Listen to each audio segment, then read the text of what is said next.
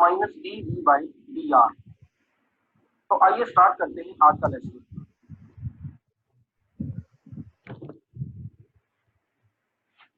पिछली क्लास में हमने डिराइव किया था E is equal to minus D V by D R. Electrostatic field is negative potential, negative gradient. हम दो इक्विपोटेंशियल सरफेसेस के बीच में dV की वैल्यू को कांस्टेंट मानकर चलें तो हम ये पाएंगे E is proportional to -1 upon dr। इसका मतलब है जैसे जैसे इलेक्ट्रोस्टैटिक फील्ड इंक्रीज होगी dr की वैल्यू डिक्रीज होगी, या उल्टा करें तो जैसे जैसे dr इंक्रीज होगा इलेक्ट्रोस्टैटिक फील्ड की वैल्यू डिक्रीज होगी। इस रिजल्ट को डायग्राम पर कैसे शो करेंगे? This is a positive.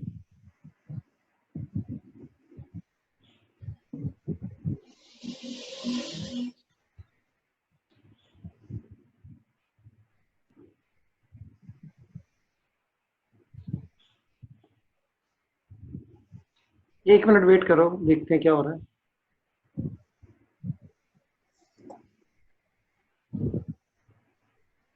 Field lines equipotential surface से परपेंडिकुलर होती है।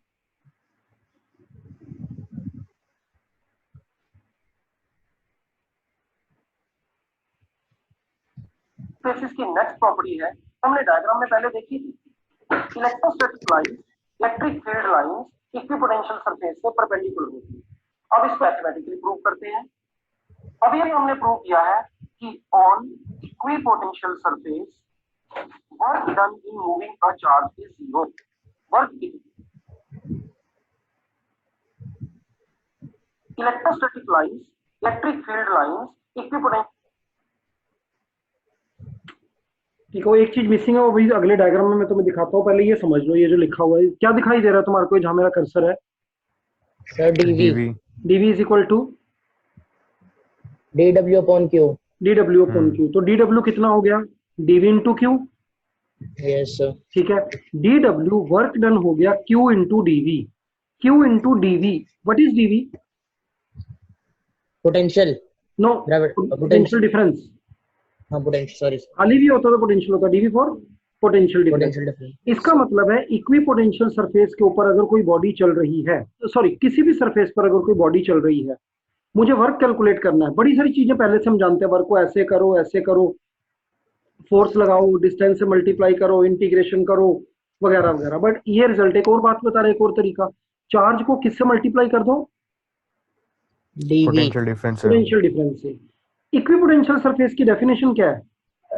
Equipotential surface, all the points are having same potential. तो पोटेंशियल डिफरेंस कितना होगा? VB, VA zero. VB will be VA, VC, VD, हर पॉइंट का potential same होगा। किन्हीं भी दो पॉइंट में पोटेंशियल डिफरेंस नहीं होगा। पोटेंशियल डिफरेंस डीवी जीरो होगा। क्योंकि डीवी जीरो है तो डीडब्ल्यू भी कितना होगा? जीरो। पूरा मोरल ये निकला स्टोरी का कि इक्विपोटेंशियल सरफेस पर कोई वर्क नहीं होता बॉडी को मूव करने में। ठीक है? Yes sir. तो कौन सी हमारा छोटा सा रिजल्ट प्रूव हुआ? when a charged particle moves on an equipotential surface, total work done is zero। अब सारा कुछ छोड़कर एक बात बताओ, मून अर्थ के आसपास कंटिन्यूअसली रिवॉल्व कर रहा है, मून को वर्क क्यों नहीं करना पड़ता? या अर्थ मून पर वर्क क्यों नहीं करती? अगर मून को वर्क करना पड़ता होता तो मून धीरे धीरे अर्थ से दूर होता जाता। अगर अर्थ मून पर वर्क करती तो मून धीरे धीरे अर्थ के पास आ जाता। बट डिस्टेंस सेम क्यों है? सर क्योंकि वो इक्विपोटेंशियल सरफेस है। नहीं वहां इक्विपोटेंशियल सरफेस की कंसेप्ट नहीं थी, कुछ और कारण था। अच्छा बताओ।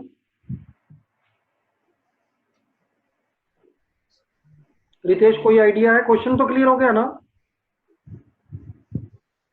सर क्वेश्चन एक बार रिपीट करना, वो नेट मून चला इज गया। Revolving around the earth continuously, billions of years हो गए इस काम को, तो दोनों में से कोई भी वर्क क्यों नहीं कर रहा?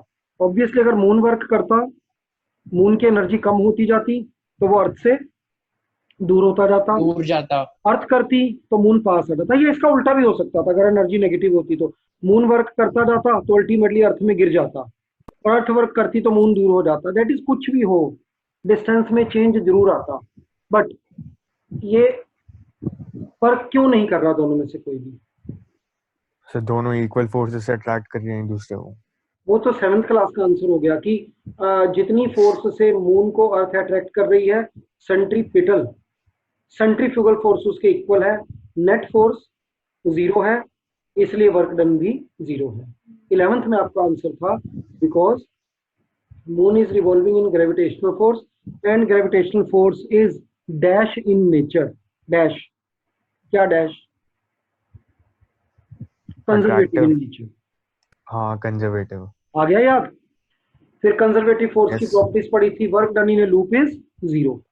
जीरो। तो सेकंड वे था इस बात पे। पहला वे क्या था 7th क्लास वाला कि इंटरनल फोर्स अंदर की तरफ लगने वाली कौन सी?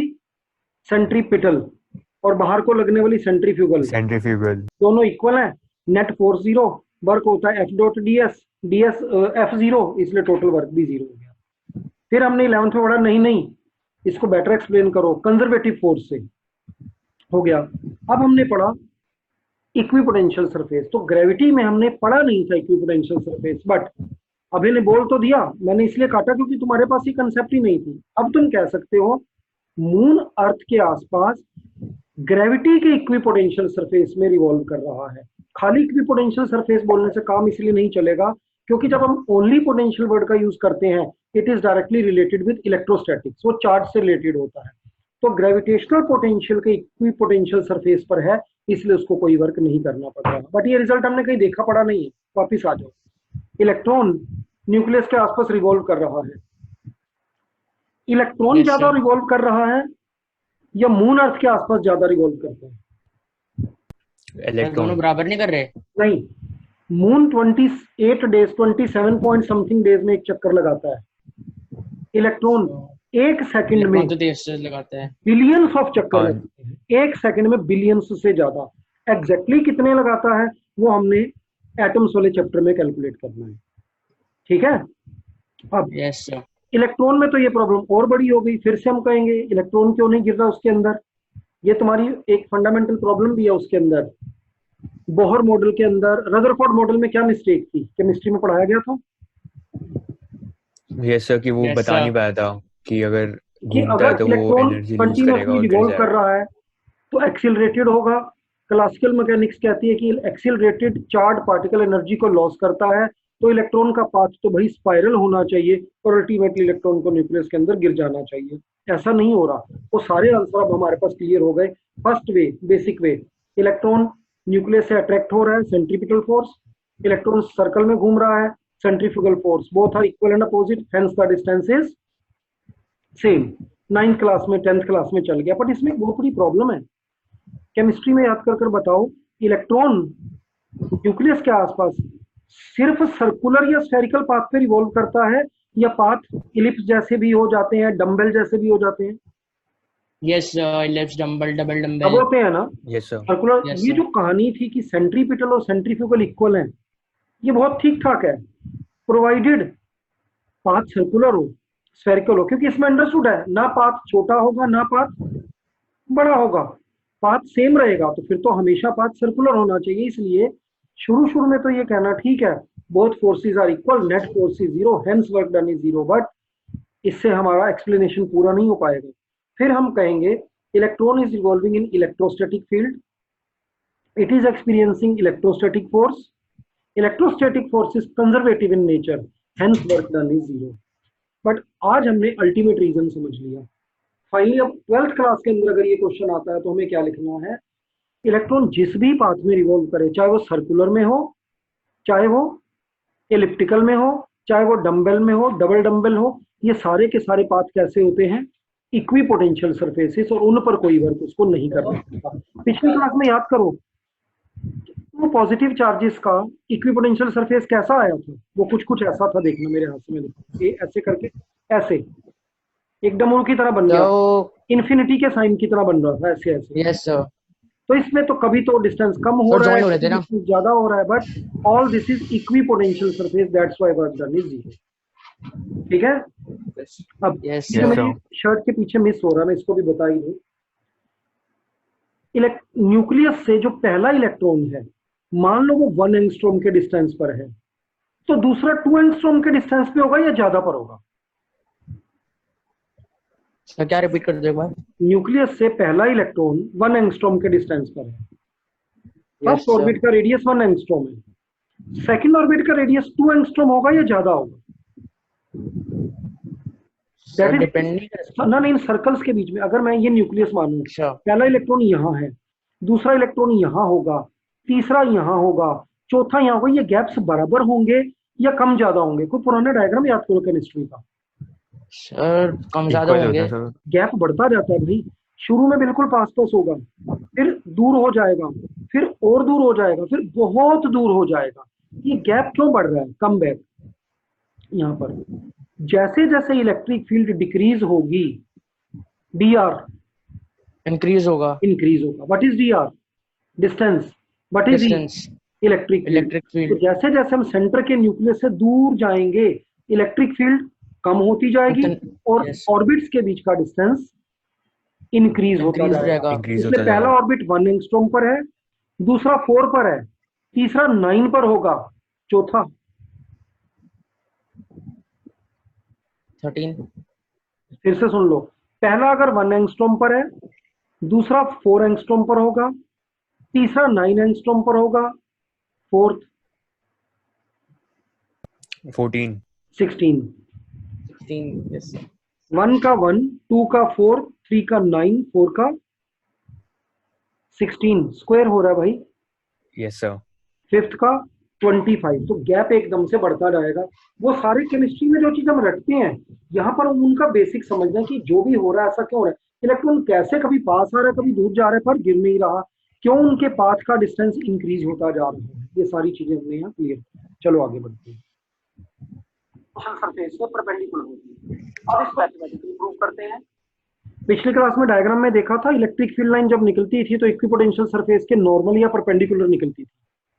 Yes sir. Yes sir. अगर वो देखिए वीडियो तो अब उसका प्रूफ कर लो। अभी हमने प्रूव किया है कि on equipotential surface work done in moving a charge is zero. Work कितना होता है?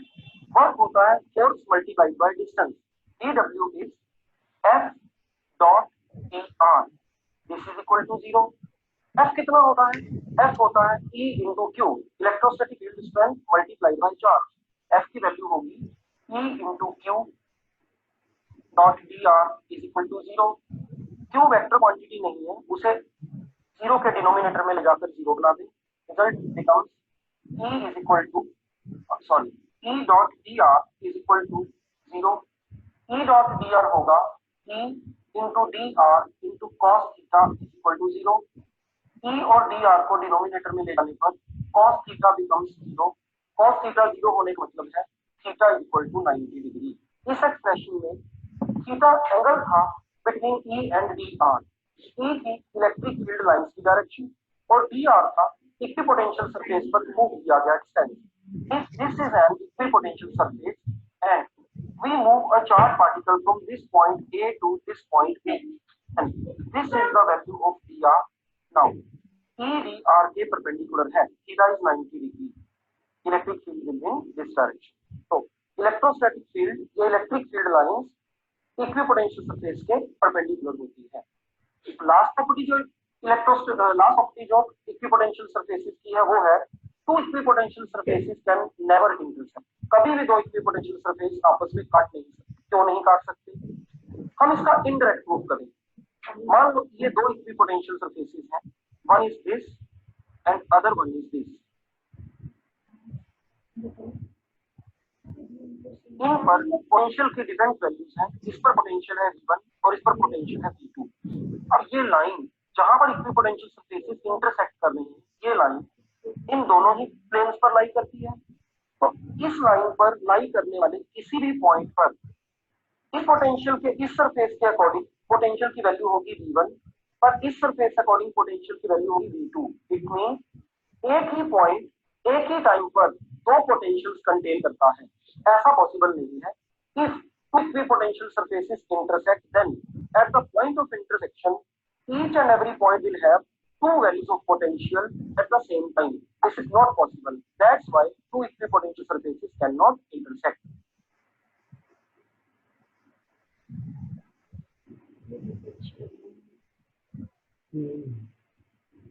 particles from infinity to their respective location.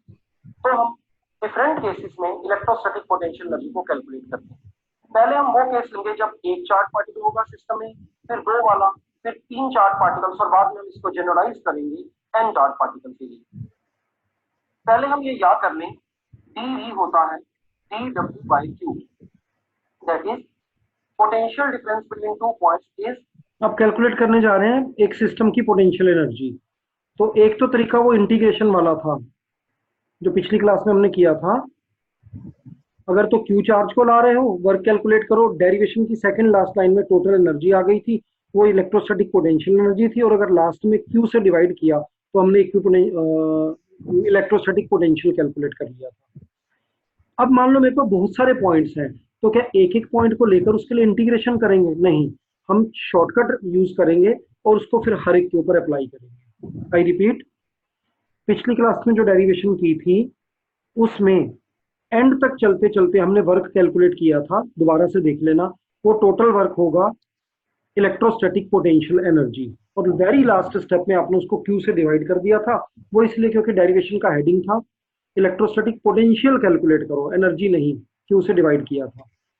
पर पोटेंशियल कैलकुलेट करो या पोटेंशियल एनर्जी, इंटीग्रेशन करना पड़ेगा। 5, 10, 10, 5, 9, 8, 12 लाइन्स की डेरिवेशन बनेगी एक पॉइंट के लिए। अब मेरे पास बहुत सारे पॉइंट्स हैं, उनके लिए अगर मुझे पूरे सिस्टम की पोटेंशियल एनर्जी निकालनी है तो मैं बार बार इंटीग्रेशन नहीं करूंगा, एक ट्रिक यूज करूंगा। देखो कैसे। The work done in bringing unit positive charge from one point to the other point. तो इस फॉर्मूले के अकॉर्डिंग dW होगा dV into Q। हम इस रिजल्ट को यूं याद रखेंगे, किसी चार्ज पार्टिकल को इंफिनिटी से एक पोजीशन तक लाने के लिए, वर्क को कैलकुलेट करने के लिए पहले उस रिस्पेक्टिव पॉइंट का पोटेंशियल कैलकुलेट करेंगे और बाद में जिस चार्ज को ला रहे हैं उसे उसको मल्टीप्लाई करेंगे। पहले हम लेते हैं system of one charge particle, system of only one charge particle. ये चार्ज पार्टिकल यहाँ P पर है और हम इसकी इलेक्ट्रोस्टैटिक पोटेंशियल एनर्जी कैलकुलेट करना चाहते हैं। इस पॉइंट को हम इंफिनिटी से यहाँ तक लाए थे।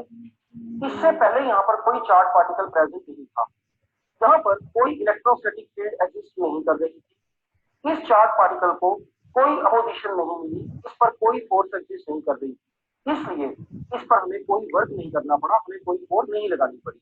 इसलिए for the system of one charge particle the work done in bringing this charge particle from infinity to its position is 0। Next we come to system of two charge particles. पहला particle है having charge Q1 और दूसरे particle पर है charge Q2। पिछली बार की ही तरह जब हम पहले चार्ज पार्टिकल को यहाँ पर लाए, इसकी पोजीशन पर लाए, तो पहले से कोई चार्ज प्रेजेंट ना होने के कारण से, पहले से किसी इलेक्ट्रिक फील्ड के एग्जिस्ट ना करने के कारण से इस पर कोई फोर्स नहीं लग रही, इस पर हमें कोई वर्क नहीं करना पड़ा। पर जब दूसरे चार्ज पार्टिकल को लाए तो उससे पहले Q1 प्रेजेंट था, Q1 की इलेक्ट्रोस्टैटिक फील्ड भी यहाँ एग्जिस्ट कर रही थी। जब Q2 को इंफिनिटी से यहाँ तक लाएंगे तो उस पर कुछ फोर्स एक्ट करेगी, हमें भी exactly equal and opposite force लगानी पड़ेगी। एज ए रिजल्ट बाहर से कुछ वर्क करना पड़ेगा। इसलिए system of two charge particles में टोटल वर्क होगा work done on first particle plus work done on second particle. Work done on first particle we already know is 0। Work done on second particle इस फॉर्मूले से calculate किया जाएगा। पहले तो second particle position पर first particle के कारण से कितना पोटेंशियल है वो लिखें। उसकी वैल्यू होगी 1/4 पाई एप्सिलॉन नॉट, पहले से एग्जिस्ट करने वाला चार्ज है Q1 divided by distance r। कौन सा डिस्टेंस r? दोनों चार्ज पार्टिकल्स की पोजीशन के बीच का डिस्टेंस, और इस डायग्राम में वो डिस्टेंस है यहाँ से यहाँ तक। इसे हम रिप्रेजेंट करेंगे r12 से। So let us right it r12। अगली बार हम देखते हैं system of three charge particles. System of three charge particles, इस केस में एक छोटी सी मिस्टेक हो रही है। ये क्लियर हो गया W1 0 क्यों हुआ? Yes sir. क्योंकि उससे पहले तो भाई वहां पर कोई चार्ज ही नहीं था, कोई पोटेंशियल ही नहीं था, तो कोई रिजल्ट नहीं आएगा। सेकंड वाले के केस में मुझे पहले वाले पार्टिकल की पोजीशन फील करनी पड़ेगी, तो पहले वाले के पोटेंशियल को सेकंड से मल्टीप्लाई करेंगे। अभी तक मैंने लिखा था पहले वाले का पोटेंशियल, यह एक चीज मिस हो गई है लिखनी, कौन सी? Second charge. Result is dv into Q, v into Q, potential into charge. तो ये पोटेंशियल है पहले चार्ज के कारण से multiplied by second charge Q2 या लिखा जाएगा। We have three charge particles Q1, Q2 and Q3. Total work पिछली बार की तरह ही होगा, work done in bringing the first charge particle plus work done in bringing the second charge particle plus work done in bringing the third charge particle. तो पहले charge particle को लाने में तो वर्क हुआ 0, सेकंड चार्ज पार्टिकल को लाने में वर्क कितना हुआ? 1/4 pi epsilon not Q1 bye R12।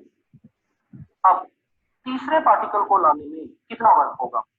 जब इस थर्ड चार्ज पार्टिकल को इंफिनिटी से यहां लाएंगे, इससे पहले ऑलरेडी Q1 और Q2 प्रेजेंट है इस रीजन में, इसकी पोजीशन पर Q1 और Q2 दोनों के कारण से पोटेंशियल एग्जिस्ट कर रहा होगा।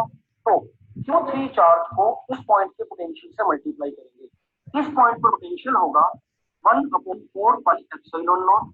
पहले तो पोटेंशियल Q1 के कारण से Q1 अपॉन इन दोनों का distance which is R13 plus इस पॉइंट पर पोटेंशियल इस चार्ज के कारण से Q2 डिवाइडेड बाय इन दोनों के बीच का डिस्टेंस दैट इज R23। ये तो हुई किसकी वैल्यू? पोटेंशियल की वैल्यू। और लाया किस चार्ज को जा रहा है? Q3 को, उससे मल्टीप्लाई किया। ये रिजल्ट हमें क्या बता रहा है? Potential energy, electrostatic potential energy of a system of 3 charge particle. अब क्वेश्चन आता है, अगर 3 की बजाय ज्यादा चार्ज पार्टिकल्स हो, सपोज करें n चार्ज पार्टिकल्स हो, तो पोटेंशियल एनर्जी कितनी होगी? क्या करना है? फर्स्ट पार्टिकल से पहले कोई नहीं था, सेकंड से पहले Q1 था, थर्ड से पहले Q1 Q2 दोनों थे, फोर्थ से पहले Q1 Q2 Q3 तीनों होंगे। तो उन सबके कारण से पोटेंशियल लिख लिख कर अपने अपने चार्ज से मल्टीप्लाई करते जाना। यहाँ एक छोटी सी टर्म क्या मिस हो रही है? हमने थर्ड वाले को पूरा स्टेप नहीं लिखा है। हमने सर वो चार्ज मिसिंग है। कौन सा चार्ज मिसिंग है? Q2, ये 2 वाले का ना, यहाँ पर और यहाँ पर मैं लिखना भूल गया हूँ। तो जो हमारे को न्यूमेरिकल आएगा वो मैक्सिमम 3 या 4 का आएगा, इससे ज्यादा नहीं आएगा। बट थ्योरी में हमारे पास क्वेश्चन आ सकता है कि n चार्ज पार्टिकल्स की पोटेंशियल एनर्जी। तो एक बात बताओ, फर्स्ट वाले में यहाँ कुछ नहीं था, सेकंड वाले में यहाँ पर एक वैल्यू है, थर्ड वाले में यहाँ पर 2 वैल्यूज हैं, 2 हैं, फिफ्थ वाले में अंदर -1 होंगे। Q5 अगर यहाँ लिखा होता तो अंदर कितनी वैल्यूज होती? 4। 4। अगर Q100 लिखा होता तो कितनी होती? 99। लास्ट क्वेश्चन, अगर यहाँ Q1 मिलियन लिखा होता तो कितनी होती? मिलियन। 1 मिलियन -1 नहीं बोलेंगे। जब नंबर बड़ा लार्ज हो जाएगा तो इनका नंबर, ये नहीं कहेंगे कि एक कम होगी समथिंग, उतनी ही होगी। यस, ये बात समझ में आ रही है? लार्ज नंबर ऑफ पार्टिकल्स, जितना पार्टिकल का नंबर है एग्जैक्टली उतनी ही चीजें अंदर होगी। अब आप एक बात सुनिए फिर से, अगर यहाँ पर Q8 है तो अंदर कितनी वैल्यूज हैं? 7। ठीक है, तो मैं इन 7 वैल्यूज को अलग अलग लिखने की बजाय इनको एक सिग्मा से लिखूंगा ना। Yes sir. ठीक है, तो कहने का मतलब है ये रिजल्ट, इससे अगला रिजल्ट, उससे अगला रिजल्ट, उससे अगला रिजल्ट, उससे ये सारे के सारे रिजल्ट अपने आप में सिग्मा सिग्मा सिग्मा है। और मुझे इन सारे sigma sigma sigma sigma sigma का टोटल यानी कि क्या करना है? सिग्मा करना है। तो जब मैं फाइनली इस एक्सप्रेशन को लिखूंगा तो सिग्मा का 2 सिग्मा आएंगे, 2 टाइम्स दिखेगा। देखते हैं अब आगे। 3 तक का क्लियर हो गया था, अब n पे चलते हैं। जब हमने 3 चार्ज पार्टिकल्स लिए तो एक्सप्रेशन में 2 रिजल्ट्स आ रहे हैं यहाँ पर। जब हम ज्यादा चार्ज पार्टिकल्स लेंगे, सपोज करें 5 चार्ज पार्टिकल्स लें, तो यहाँ पर 4 रिजल्ट्स आएंगे जिनको हमें प्लस करना होगा। इस एडिशन के लिए हम समेशन का यूज करेंगे। इट मींस किसी भी चार्ज पार्टिकल को लाने के लिए जो टोटल वर्क होगा वो एक समेशन से मिलेगा। अब पार्टिकल भी एक नहीं लाया जा रहा, बड़े सारे लाए जा रहे हैं। तो अगर ये रिजल्ट एक समेशन है, ये रिजल्ट भी एक समेशन है, ये रिजल्ट भी एक समेशन है, तो टोटल वर्क उन सारे समेशंस का टोटल करके आएगा। इसलिए सिग्मा का साइन 2 बार लगेगा। ये कैलकुलेट करने के लिए भी हमें सिग्मा का साइन लगाना है, इससे अगले वाले को कैलकुलेट करने के लिए भी सिग्मा का साइन लगाना है। सभी चार्ज पार्टिकल्स को लाने में जो वर्क होता है उसे प्रॉपर्ली कैलकुलेट करने के लिए हमें समेशन या सिग्मा का यूज करना है, और टोटल वर्क कैलकुलेट करने के लिए इन सिग्मा का भी सम करना है, इससे समेशन का साइन 2 बार यूज होगा। तो for a system of n charge particles, total work will be W1 plus W2 plus W3 up to Wn। पहले हम डिस्कस कर चुके हैं, समेशन का साइन 2 बार यूज होगा। बाकी क्या रहेगा, 1/4 पाई एप्सिलॉन नॉट, तो सभी रिजल्ट्स में से बाहर आ जाएगा 1/4 पाई एप्सिलॉन नॉट। अरे क्या क्या रहेगा, इस रिजल्ट में अंदर रह रहा है, इस रिजल्ट में अंदर रह रहा है Q एंड Q3, इस रिजल्ट में है Q2 एंड Q3। यहाँ पर हम किसको ला रहे थे, सेकंड चार्ज पार्टिकल को, सेकंड चार्ज पार्टिकल का चार्ज मल्टीप्लाई करना चाहिए Q1, वो मिस्टेक ठीक हो गई। सभी एक्सप्रेशन में Q1 Q2 Q1 Q3 Q2 Q3 दो चार्ज जिसकी वैल्यू न्यूमरेटर में आ रही है, यहाँ हम लिखेंगे Q एंड Q। ये दोनों रिजल्ट्स 2 एंड 3 डिफरेंट हैं, इसलिए एक के साथ लगाते हैं I, एक के साथ लगाते हैं J। डिनोमिनेटर में क्या आ रहा है, अगर इस प्रोडक्ट को देखें तो ऊपर था Q2 Q3, डिनोमिनेटर में आ रहा है R23। जो वैल्यूज यहाँ लिखी हुई है वही R के साथ लगेगी, यहाँ लिखा है IJ तो यहाँ आ जाएगा RIJ। कुछ नोट करने वाली बातें ये हैं, किसी भी एक्सप्रेशन में जैसे यहाँ पर 1 2, यहाँ पर 1 एंड 3, फिर 2 एंड 3, कभी भी ये दो वैल्यूज इक्वल नहीं है। इसे याद रखने के लिए हम लिखेंगे I is not equal to J। एक बात है, अगर हम इस तरीके से कैलकुलेशन करें, I को डिफरेंट वैल्यूज असाइन करें और J को डिफरेंट वैल्यूज असाइन करें, सपोज करें हम I को असाइन करते हैं 1 2 3 एंड सो ऑन, J को भी वैल्यूज असाइन करते हैं 1 2 3 एंड सो ऑन, तो उनके डिफरेंट पेयर्स का बनेंगे 1 1 तो बन नहीं सकता क्योंकि I और J डिफरेंट है, पेयर्स बनेंगे 1 2, देन यहाँ पर लिखेंगे 1 3, सिमिलरली 1 4 एंड सो ऑन। फिर हम दोबारा I की दूसरी वैल्यू लेंगे तो रिजल्ट बनेगा 2 1, 2 तो बन नहीं सकता, नेक्स्ट रिजल्ट बनेगा 2 3, नेक्स्ट रिजल्ट बनेगा 2 4।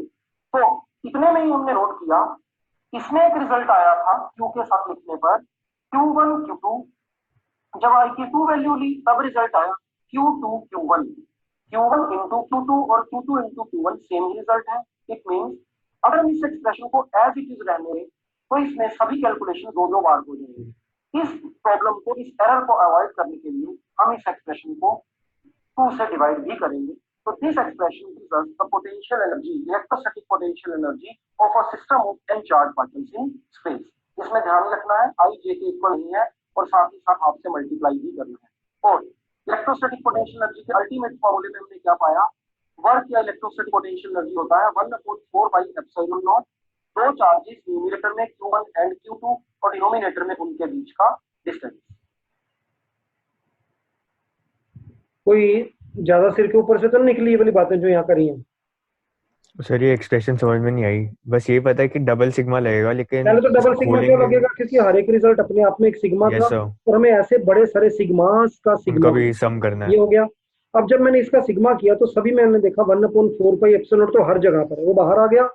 अंदर क्या Yes, बच रहा है, sir. यहाँ बच रहा है Q1 Q2, ये बच रहा है Q1 Q3, ये दो टर्म्स है Q2 Q3। तो न्यूमरेटर में हर जगह पर 2 Q आएंगे, पर Q1 Q3 Q2 Q3 इनकी वैल्यूज अलग अलग होंगी, इसलिए एक के साथ I लगाया, एक के साथ J। J लगाया। और ये भी ध्यान रखा कि I is not equal to J।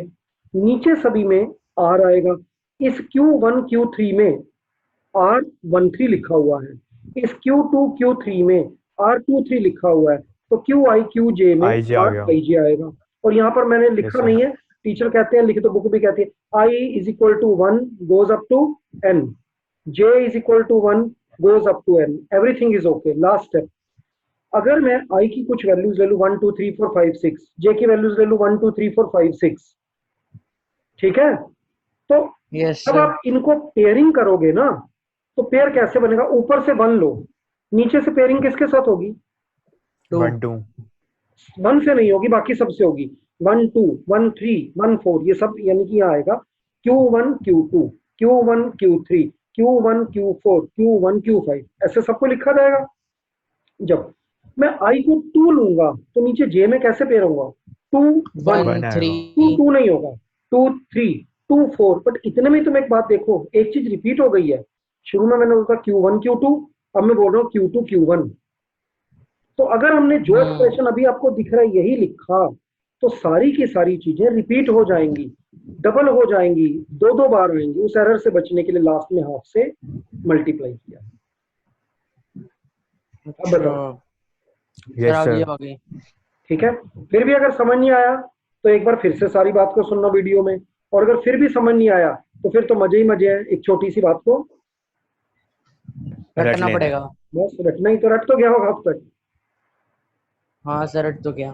ठीक है, ये 3 मार्क्स की आती है। जब जब डेरिवेशन कभी आई है 3-4 साल में, 5 साल में एक बार, तो ये पूरी डेरिवेशन आपको 3 मार्क्स की आती है। ठीक है, यस सर। चलो अब 1 मिनट के लिए मीटिंग से बाहर जा रहे हैं और उसके बाद फिर से साथ के साथ आ जाना।